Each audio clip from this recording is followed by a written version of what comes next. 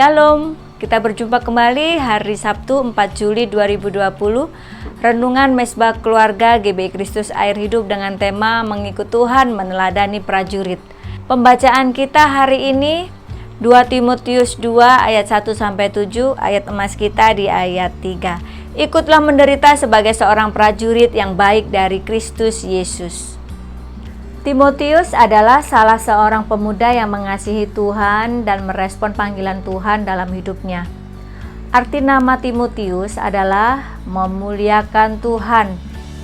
Ia adalah salah seorang pemuda yang menjadi rekan sekerja Paulus di ladang Tuhan, yang begitu setia dan terpercaya.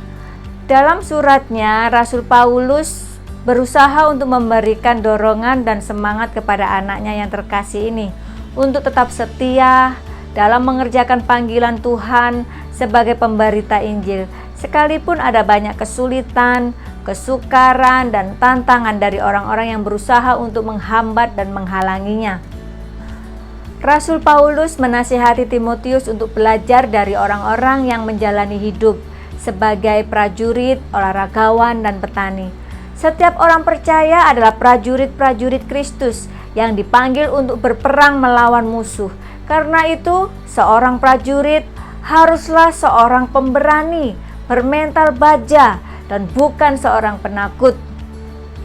Musuh utama dari prajurit Kristus adalah iblis dengan bala tentaranya, suatu kekuatan yang tidak kelihatan secara kasat mata, yakni pemerintah, penguasa, penghulu-penghulu dunia yang gelap atau roh-roh jahat di udara.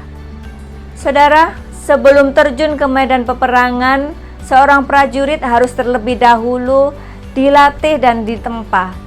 Ia juga diajar untuk memiliki ketaatan penuh kepada perintah sang komandan. Hal penting yang lain yang tidak boleh diabaikan seorang prajurit adalah tetap fokus. Seorang prajurit yang sedang berjuang tidak memusingkan dirinya dengan soal-soal penghidupannya, supaya dengan demikian ia berkenan kepada komandannya. Saudara, kita sebagai orang percaya harus fokus kepada perkara-perkara rohani, atau mengutamakan perkara-perkara yang di atas, bukan yang di bumi. Seorang prajurit harus punya komitmen dan integritas yang tinggi, supaya ia berkenan kepada komandannya. Sebab seorang komandan akan berkenan kepada prajurit yang taat dan dapat diandalkan. Kita semua adalah prajurit-prajurit Kristus yang sudah dibeli dan dibayar lunas dengan darahnya sendiri.